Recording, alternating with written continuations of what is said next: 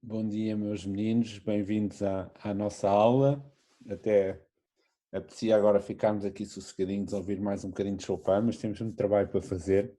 Ora bem, então, o nosso exercício de aquecimento, talvez a Mel queira dizer coisas sobre isto.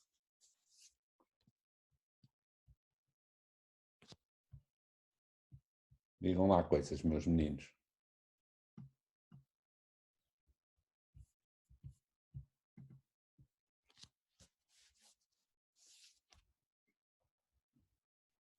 Uma função com derivada, conhecemos o valor da função. Ok. A Mel disse-me que o valor é 4. Ok. Sim, senhor. É muito bem, não é? Portanto, temos uma função que varia desde 5 a 25 neste intervalo, ou seja, a variação média da função neste intervalo é 25 menos 5 a dividir por 6 menos 1. Mas vamos escrever. Variação média. Variação média da função no intervalo.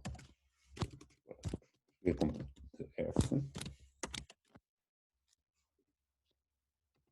no intervalo 6 é o quociente entre a variação da função e a variação do argumento, ou seja, 25 menos 5 dividido por 6 menos 1.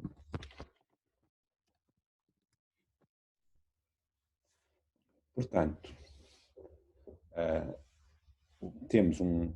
Como é que se chama um teoremazinho que nós aprendemos e que diz qualquer coisa sobre isto? Demos isto na última vez. Há uma coisa que diz, então a variação média vai ser exatamente igual ao valor da derivada em algum ponto. É o teorema de dites-moi les enfants. Hoje comecei a falar francês mais cedo. Boa. Como é que se chama esse teorema? Que diz, vai haver um ponto onde a derivada é precisamente igual à variação média. Pronunciem-se, meus meninos. Alô? Teorema, Pedro. Boa. Pedro disse teorema de Lagrange, exatamente.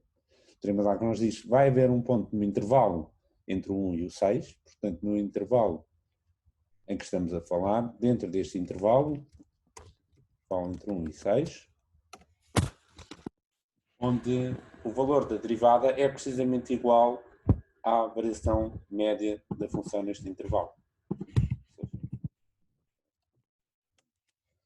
É isso mesmo. Como a Mel disse, a função vai tomar o valor 4 no intervalo e o teorema que diz isso chama-se o teorema de Lagrange, ou muitas vezes chamado teorema do valor médio, precisamente porque fala de uma média. E nós vamos começar a nossa aula de hoje, depois deste pequeno aquecimento, pequena recordatória, falando num teorema que é muito parecido com o teorema de Lagrange, que é, vamos ver, os princípios são os mesmos, mas é um bocadinho mais geral, no fundo consiste em dizer, bom, há mais que uma maneira de fazer a média, e se nós pudermos fazer a média, se houver outra maneira de fazer a média, vamos ter um resultado parecido com este. Vamos passar aqui para os nossos slides.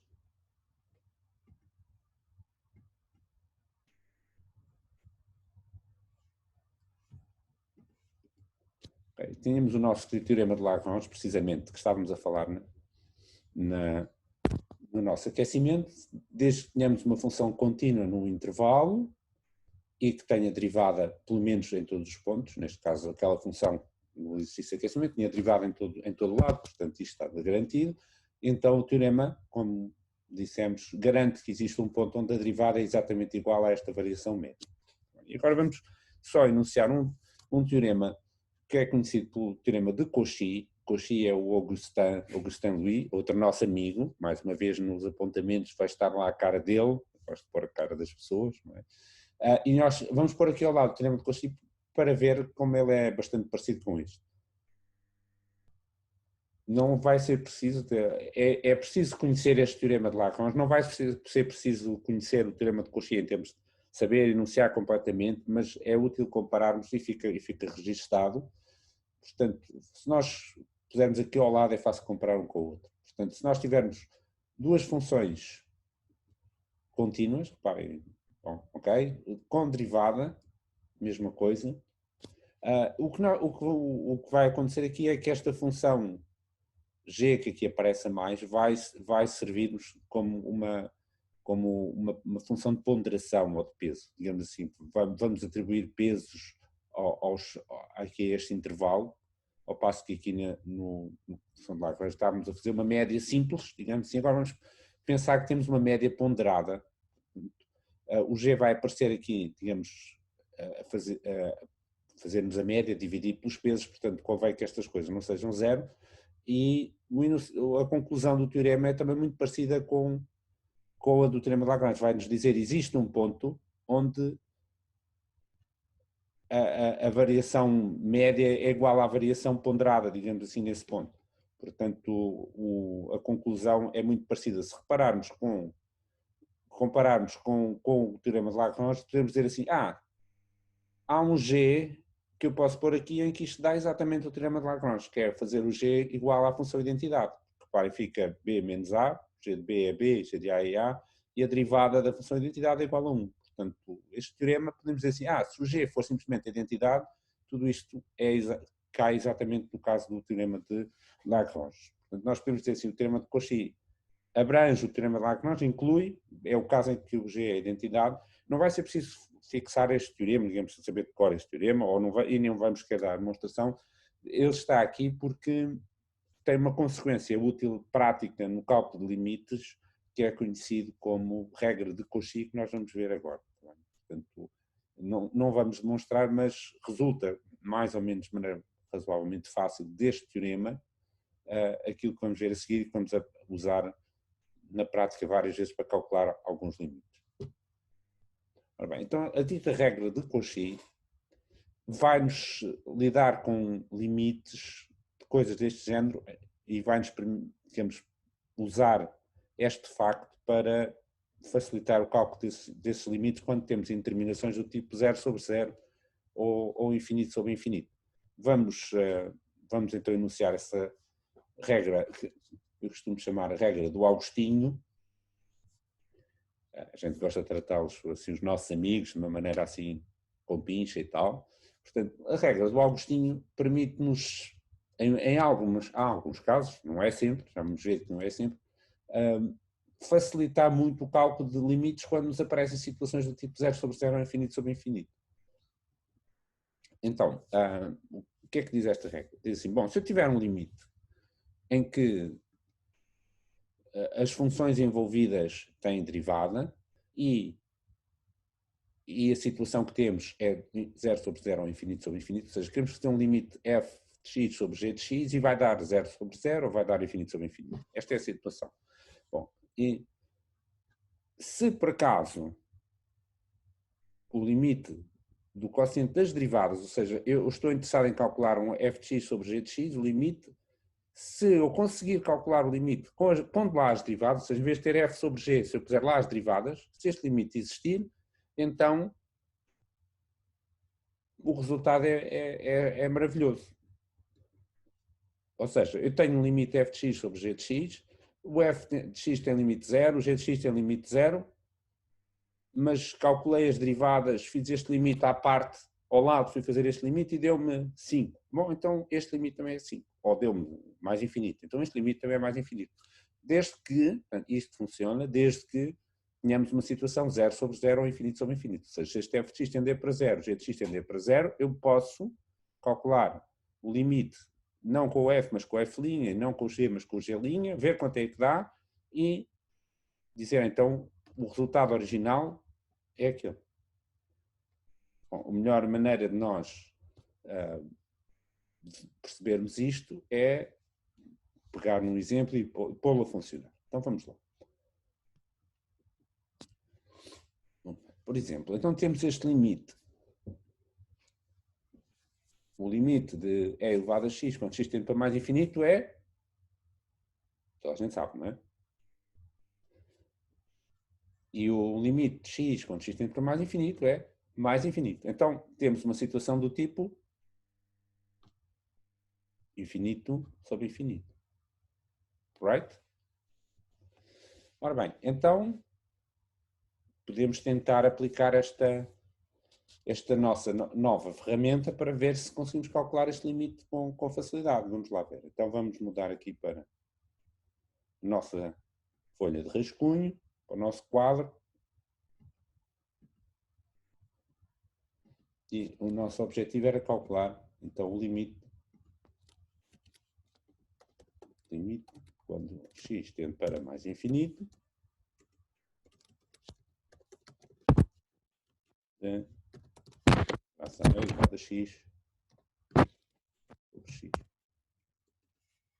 Este é o objetivo e agora a nossa regra de Cauchy diz: vamos calcular a derivada do que está em cima, vamos calcular a derivada do que está em baixo, vamos ver quanto é o limite. Bom, então vamos pôr aqui, vamos lá tentar calcular isto. Limite, quando x vai para mais infinito. A regra, vamos pôr aqui, é elevado a x derivado a dividir por x derivado. Bom, quanto é que é elevado a x derivado? Fácil, é elevado a x. Quanto é que é x derivado? Fácil, 1. Portanto, isto é igual ao limite x tende para mais infinito de fração elevado a x, que é a derivada da elevada a x.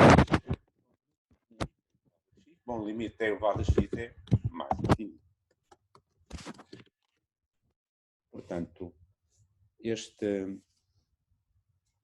se nós calcularmos o limite do quociente das derivadas, deu mais infinito. Conclusão, a regra de Cauchy diz: se isto acontecer, então o limite original que nós tentávamos calcular dá exatamente o mesmo valor, ou seja, isto vai dar também mais infinito.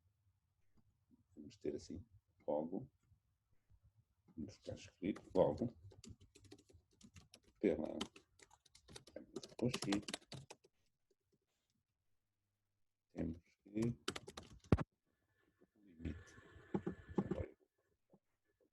e o limite é igual.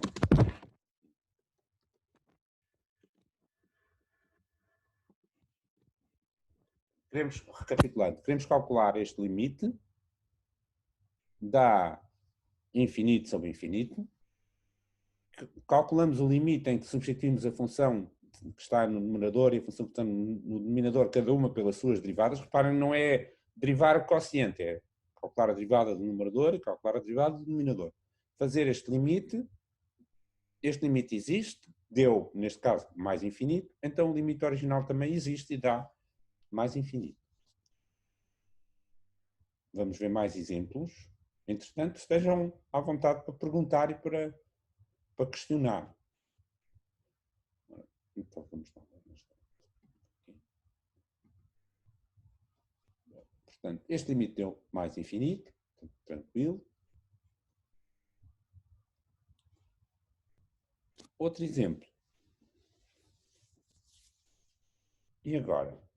Este limite não parece adequado para tentarmos aplicar esta ferramenta, porque nós formos a ver, bom, temos o limite quando x tende para 0, temos aqui x que tende para 0, a multiplicar por logaritmo de x que tende para...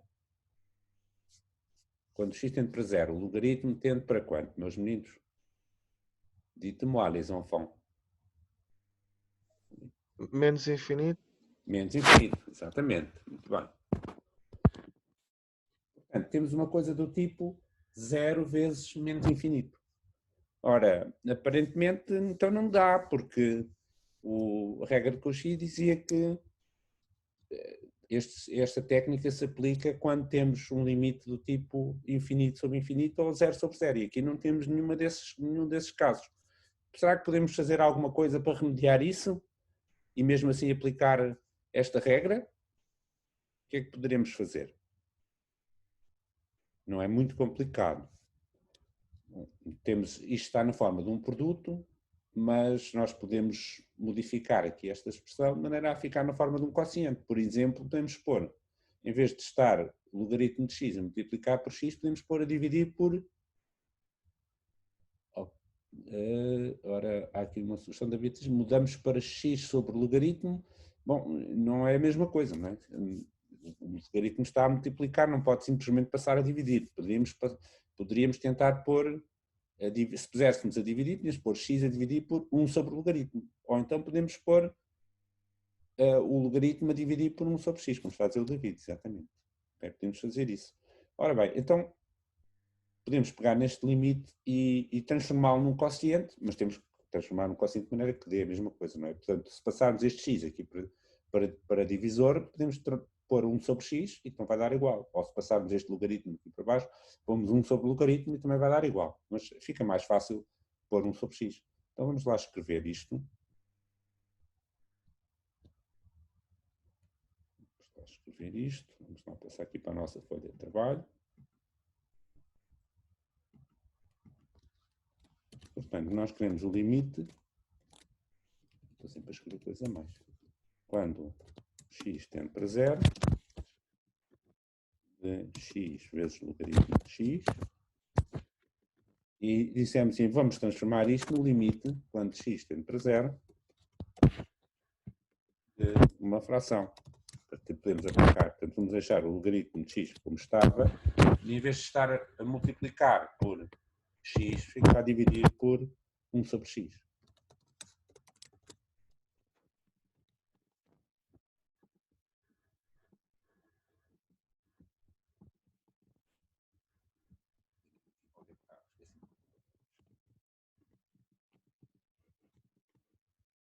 Transformamos no produto num quociente, e agora, o que nos diz a regra de Cauchy é, se tivermos a sorte de, calculando a derivada do logaritmo de x e calculando a derivada de 1 sobre x, fazendo a conta esse limite, dar uma coisa que a gente consegue calcular, então este problema fica resolvido.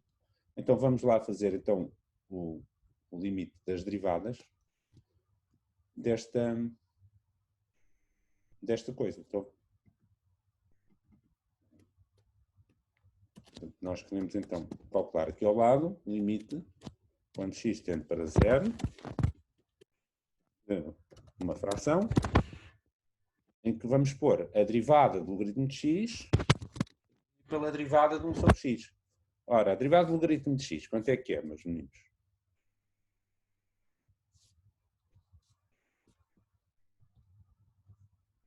Quanto é que é? Derivada do logaritmo de x. Esta já sabemos, já fizemos aqui na aula. Quanto é que dá, meus meninos? Pronunciem-se. 1 sobre x, exatamente. E 1 sobre x, muito bem. Portanto, vamos ficar com 1 sobre x, derivada do logaritmo. E a derivada de 1 sobre x dá quanto, meus meninos? A esta altura a gente já deve estar um bocadinho ágil a fazer estas contas. Não é? Quanto é que é a derivada de 1 sobre x? Dites-moi, les enfants. Meninos, derivada de 1 sobre x. Está cá alguém? Hello? Não tenham vergonha de dizer. Alguém sabe, a Bruna disse, ok, derivada de 1 sobre x dá 1 sobre x quadrado, não, a Bruna disse bem, menos 1 sobre x quadrado. Portanto, atenção ali, mais falta ali um sinalzinho, menos 1 sobre quadrado. Para ver se está tudo certo. Portanto, derivada do logaritmo de x, 1 sobre x, derivada de 1 sobre x menos 1 sobre x quadrado, e agora arrumamos estas contas e isto fica, reparem, fica quanto? O x quadrado passa para cima, a dividir por x fica só um x e temos um sinal menos. Portanto, isto fica o limite. Arrumarmos as contas, limite, quando o x vai para 0, menos x. Temos um sinal menos e 1 sobre x a dividir por 1 sobre x. por 1 sobre x quadrado, ou se fizermos x quadrado vezes 1 sobre x, fica só x.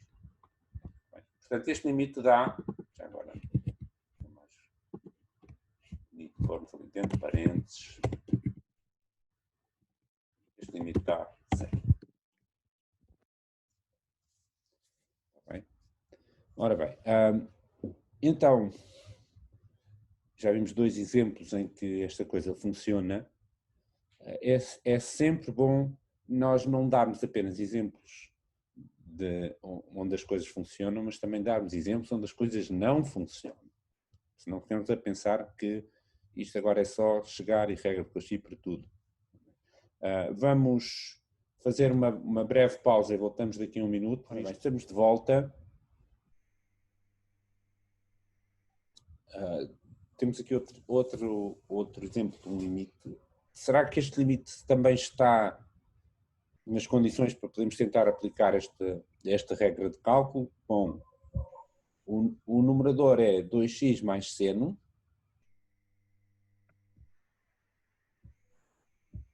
Portanto, quando x tende para mais infinito, qual é o limite de 2x mais seno de x? Meus meninos, digam-me lá. O numerador tem limite igual a mais infinito, exatamente. Muito bem. E o denominador, 3x menos cosseno de x, tem limite igual a mais infinito. Muito bem. Então estamos numa situação do tipo que nós costumamos chamar infinito sobre infinito. Essa é uma das situações em que a regra de Cauchy se pode, em princípio, tentar aplicar. Então vamos à nossa folha e vamos tentar ver se isto funciona. A derivada de 2x mais seno de x é 2 mais cosseno de x. A derivada de 3x menos cosseno de x é 3 mais seno de x. O que é que acontece? O que é que acontece a este limite? Ora, quando x tende para mais infinito, o que é que vai acontecer? Bom, temos aqui um cosseno, e como é que se porta o cosseno? O cosseno vai andar sempre ali a oscilar entre menos 1 e 1. Como é que se comporta este seno? Vai andar sempre a oscilar entre menos 1 e 1. E o que é que dará este limite? Nós devemos sempre desconfiar quando temos um x a tender para mais infinito e temos aqui um cosseno que isto é capaz de não ter limite, não é? Como é que a gente vê isso? Bom, pensemos assim, este cosseno vai ser muitas vezes igual a 0, vai ser muitas vezes igual a 1, vai ser muitas vezes igual a menos 1. Por exemplo, quando este cosseno for 0, por exemplo, há muitos sítios onde o cosseno é 0. Este seno, quanto é que vai ser o seno? Se o cosseno de x dá 0, quanto é que vale o seno de x? Quanto é que vale? Bom, onde é que o cosseno é 0? Ou no menos pi meios, no pi meios, o seno vai dar 1 ou menos 1, exatamente, como disse o Tomás, muito bem. Vai dar 1 ou menos 1. Bom, então, por exemplo, podemos escolher aqueles pontos onde o seno vale 1, e há infinitos desses pontos, quando x vai para mais infinito, há infinitos casos desses, não é? Por exemplo, vai haver infinitos casos em que o seno aqui em baixo vale 1, ou seja, este denominador vale 4, e o cosseno vale 0. Ou seja, vai haver infinitos valores de x, onde isto vale 2 mais 0 sobre 3 mais 1, 2 sobre 4, 1 meio. Mas também podemos escolher outros valores para os quais o cosseno vale 1, e nesse caso o seno vale 0. Então, para esses valores, isto vale 2 mais 1 sobre 3 mais 0. 3 sobre 3, 1. Ou seja, há infinitos pontos onde a função vale 1 e há infinitos pontos onde a função vale 1 meio. Então, este limite não pode existir. Quando x vai para mais infinito, se o limite fosse 1, por exemplo, então os valores tinham de estar todos no intervalinho à beira do 1, mas há infinitos valores onde vale 1 meio. Não pode ser. Portanto, este limite não existe. Não existe este limite. Ou seja, tentámos aplicar a regra de Cauchy. Vamos voltar então à nossa original. Tentámos aplicar a regra de Cauchy, derivámos o que está em cima, derivámos o que está em baixo, fomos calcular o limite e o limite não existe. Bom, e então, daí o que é que o que é que nós podemos extrair? Será que este limite que aqui está também não existe? É fácil de ver que este limite existe. Quanto é que será este limite? Imaginemos que eu tinha posto este limite na aula passada, antes de termos ouvido falar em outra regra qualquer. Exatamente, o Tomás disse, este limite existe e é 2/3. Bem, portanto, é 2/3, reparem, temos aqui 2x sobre 3x, e o que é que são este seno e este cosseno? Como é que nós chamamos carinhosamente? Divides, não é? Ou seja, isto é maior, este numerador é maior maior ou igual a 2x menos 1, e este denominador é menor ou igual a 3x mais 1. Portanto, podemos enquadrar esta função e ver que isto essencialmente é 2x sobre 3x 2/3.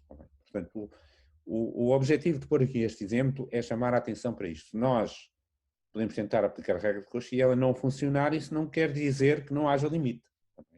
Neste caso, era muito mais fácil dizer assim, pomos x em evidência, fica x vezes 2 mais uma coisa que tende para 0, e aqui x vezes 3 mais uma coisa que tende para 0, o limite é 2 sobre 3, tranquilo, e não era preciso regra de Cauchy nenhuma.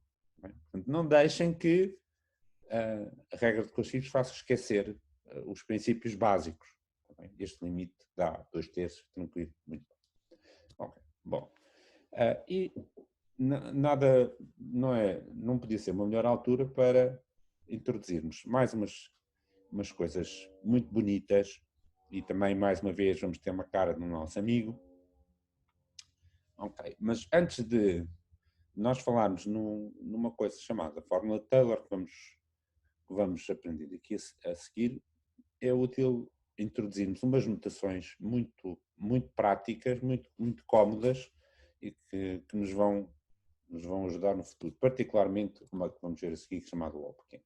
Bom, este tipo de notações, estas comparações que nós vamos falar, são devidas a um matemático do início do século XX, chamado Landau, e são usadas em muitos contextos, não só na análise, mas, por exemplo, na computação, utiliza-se bastante este tipo de notações, sobretudo. Uma que nós vamos ver daqui a pouco, chamada Ogren. Ora bem, o Gregório tem um comentário interessante, não é? Tenho mais amigos matemáticos, mas não são só meus amigos, não é? O meu objetivo é que eles sejam vossos amigos também. Ora bem, portanto, nós dizemos que duas coisas são assintoticamente iguais, podemos pensar assim intuitivamente, são essencialmente do mesmo tamanho, basicamente se eu dividir uma coisa pela outra e isto der praticamente igual a 1, ou seja, em termos mais precisos, se quando o x tende para A, o limite quociente das coisas for igual a 1. Neste caso nós dizemos que elas são assintoticamente iguais. Tá bem? Este tilzinho lê-se assintoticamente igual. Portanto, se eu tenho duas coisas assintoticamente iguais, quer dizer, bom, uma é igual à outra vezes qualquer coisa que está a tender para 1. Tá bem? Portanto, se o x estiver muito, muito próximo do A, o f de x sobre g de x é aproximadamente igual a 1.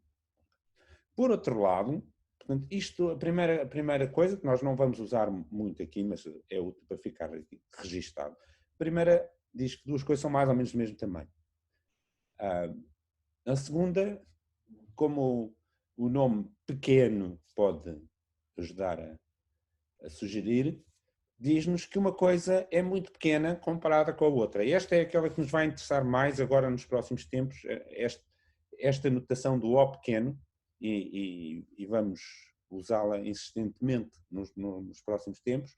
Esta notação do O pequeno podemos ler assim, antes de darmos uma definição, dizer assim, o F é pequeno comparado com o G. Esta é a ideia intuitiva. O F é pequeno, é mais pequeno, ou seja, reparem, eu aqui quando divido uma coisa pela outra e dá 1, digo que as duas coisas são mais ou menos do mesmo tamanho.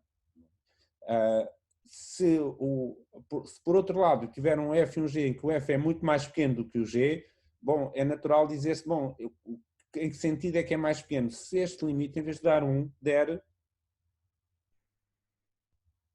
Se o F é muito mais pequeno que o G, intuitivamente, assim, bom, então se eu quero dar uma definição parecida com esta para F é mais pequeno do que o G, quando é que deve ser aquele limite para dizer que o F é muito mais pequeno?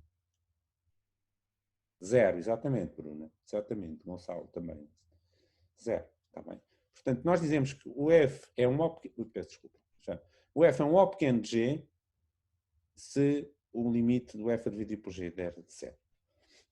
Vamos ver vários exemplos já a seguir para isto se tornar mais próximo. Mas esta é a ideia, não é? Quando dizemos uma coisa é um O pequeno, uma coisa é muito mais pequena do que.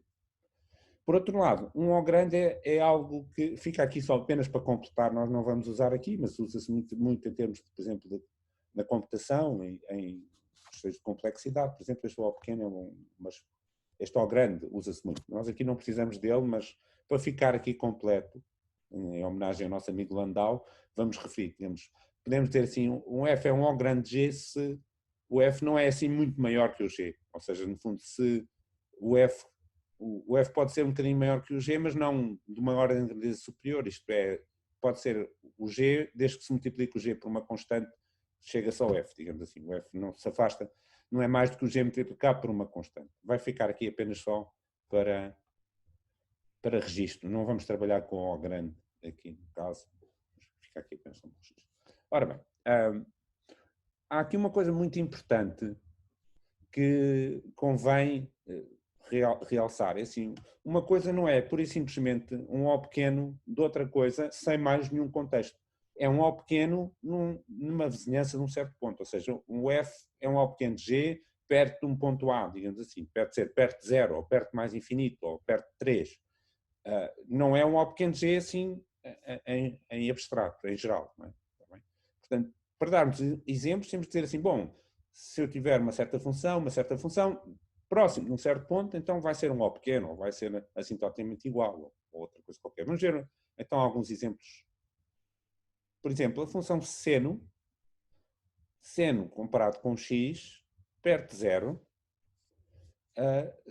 o seno é assintoticamente igual a x. Porquê? Bom, isto reflete uma coisa muito bem conhecida. Reflete o facto de que o limite de seno de x a dividir por x é aquele limite que a gente aprende na escolinha, não é? Está bem? Portanto, o limite de seno de x a dividir por x, quando o x vai para 0, é igual a 1. Está bem? Portanto, bom, essa é a definição de duas coisas serem assintoticamente iguais. Uma a dividir pela outra, o limite dá 1. Por outro lado, eu posso também ter o mesmo seno e o x, mas se eu estiver a fazer o limite quando x vai para mais infinito, o que é que acontece? O limite de seno de x sobre x, quando x vai para mais infinito, dá quanto, meus meninos? Se eu dividir seno por x, fizer o limite quando x tende para mais infinito, o limite dá 0, exatamente. Muito bem. Dá 0. Ora, portanto, então, se eu fizer o seno a dividir por x, quando x vai para mais infinito, o limite dá 0. Então, o seno é um O pequeno de x quando x tende para mais infinito. Estão a ver que é a mesma função seno e x, mas o facto de estarmos a pôr a tender para 0 ou a tender para mais infinito, as grandezas são diferentes. Portanto, perto de 0, o seno de x tem o mesmo tamanho que x, na vizinhança de mais infinito, o seno de x é muito mais pequeno do que x, é o que isto quer dizer. Tá bem? Quando x vai para mais infinito, o seno continua a estar ali entre menos 1 e 1. Né? Ok. Mais exemplos. E este tipo de exemplos vão nos interessar já a seguir. Portanto, se, por exemplo, temos agora, para não ser nem 0 nem mais infinito, podemos aqui o x tender para 3, e estamos a comparar a grandeza do x menos 3 elevado ao cubo com o x menos 3 elevado ao quadrado. Qual é que é mais pequeno? Isto é uma ideia muito importante. Se o x está muito perto de 3, o x menos 3 está muito perto de 0, quem é que é mais pequeno? O x menos 3 ao quadrado ou ao cubo? E o que nós estamos aqui a dizer, bom, ao cubo é muito mais pequeno do que ao quadrado. Nós temos um bocado, ficamos muitas vezes com a ideia de dizer assim, quando eu levo uma coisa ao cubo fica maior do que ao quadrado. Depende. Onde é que estamos? Estamos perto de 0? Se estamos perto de 0, uma coisa ao cubo fica ainda mais pequena. Se estamos perto de mais infinito, uma coisa ao cubo fica muito maior. Lá está. É importante ver onde é que estamos.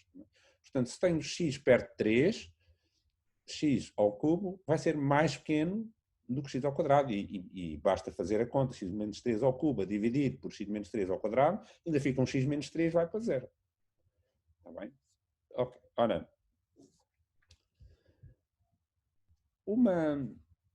o contexto onde nós vamos usar muitos ou pequenos, como eu disse, e digamos, vamos desenvolver isso com muito mais pormenor na próxima aula, mas vamos abordar agora no resto desta aula, é o contexto da fórmula de Taylor.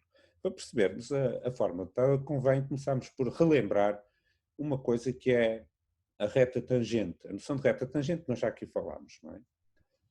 Se nós tivermos uma reta, vamos lá ver, há aqui uma ideia muito, muito útil que às vezes as pessoas não têm muito bem a noção. Vamos pôr aqui a nossa folha de trabalho, uma pergunta, não é? A reta tangente, como é que será a reta tangente ao gráfico da função f? Temos uma função f no ponto de abscissa. Portanto, nós estamos interessados em escrever a equação da reta tangente ao gráfico da função num certo ponto. O que é que nós sabemos sobre esta reta? Sabemos qual é o seu declive? Devemos saber, não é? Quanto é que é? Isto são coisas simples, bem conhecidas, mas vamos refletir um bocadinho mais sobre elas. Qual é o declive desta reta? Dites-moi, les enfants. Bom, isto é o beabá das derivadas, não é, meus queridos? Se a reta é tangente ao gráfico de f no ponto da abscissa A, o declive da reta é a derivada no ponto A. Exatamente. Está bem? Então vamos escrever. Tem declive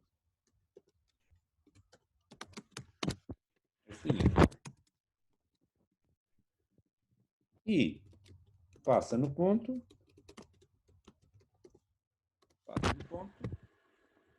coordenadas quantos? Bom, se é tangente ao gráfico no ponto da abscissa A, quer dizer que ela passa no ponto do gráfico da abscissa A, que é o ponto coordenadas quanto?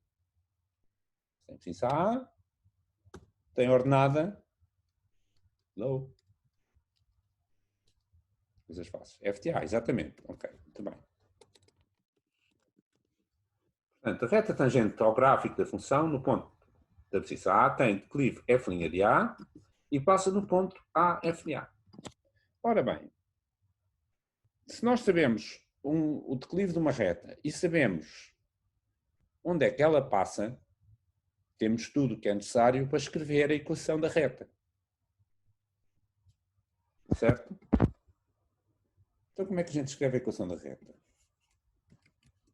Bom, nós temos é y igual e depois é o declive, não é? F' de A, A vezes x e depois mais mais um b. E agora vamos, né? Não é? E agora vamos fazer uma equação para achar o b. E fazer o b, o que é que fazemos? Temos o x por a e o y por f de a e por aí fora. Mas não haverá uma maneira mais simpática de fazermos isto? E realmente há.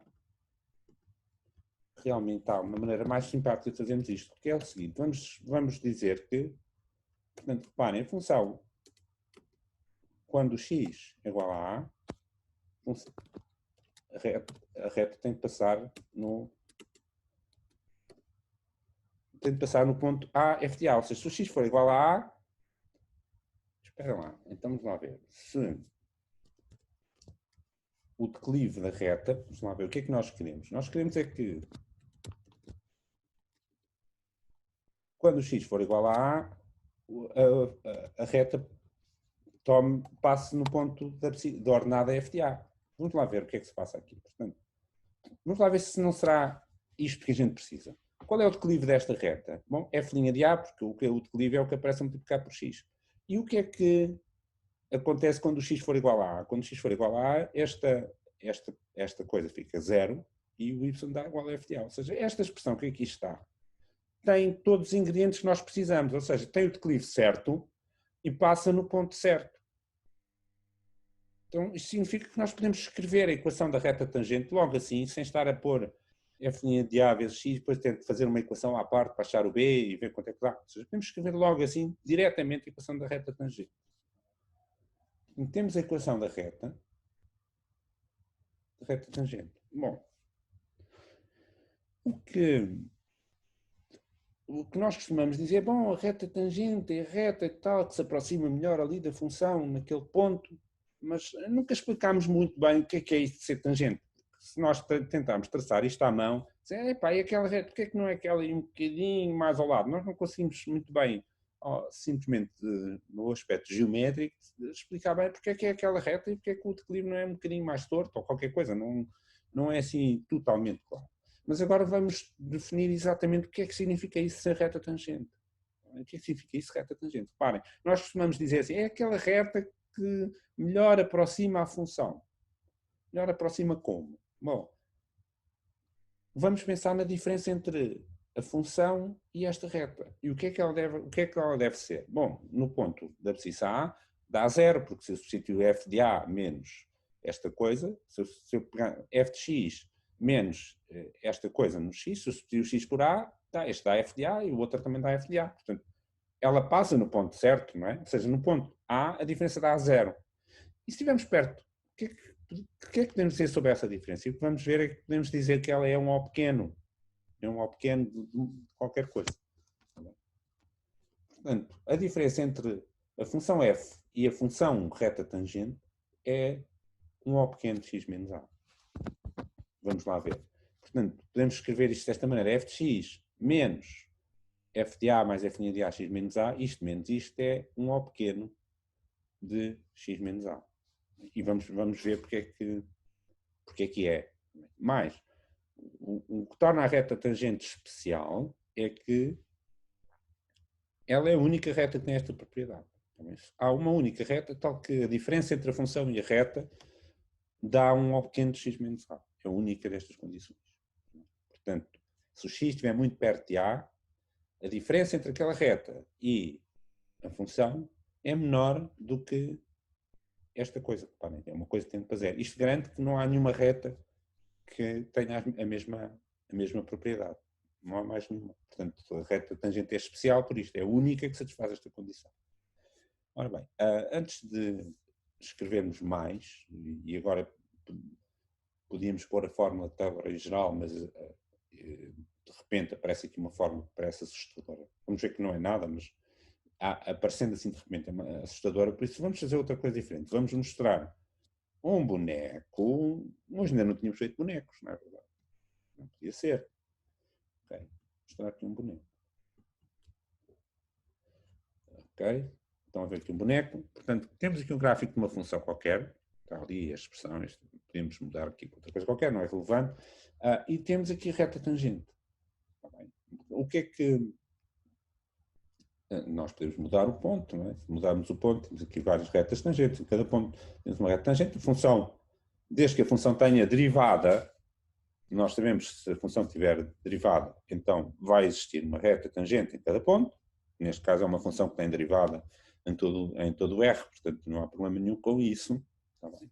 E a ideia de termos a diferença entre a função e a reta ser um O pequeno, aqui nós temos no ponto A igual a 6, temos aqui o 6. A função no ponto 6 tem exatamente o mesmo valor que a reta. Nós podemos ampliar um bocadinho para olharmos aqui à volta do ponto 6. Vemos que a reta e a função estão razoavelmente próximas, mas é claro que só no próprio ponto 6 é que ela vai ser mesmo igual. Claro que a grossura do traço não nos permite ver isso totalmente, mas temos que a função só é exatamente igual à reta, precisamente no ponto 6.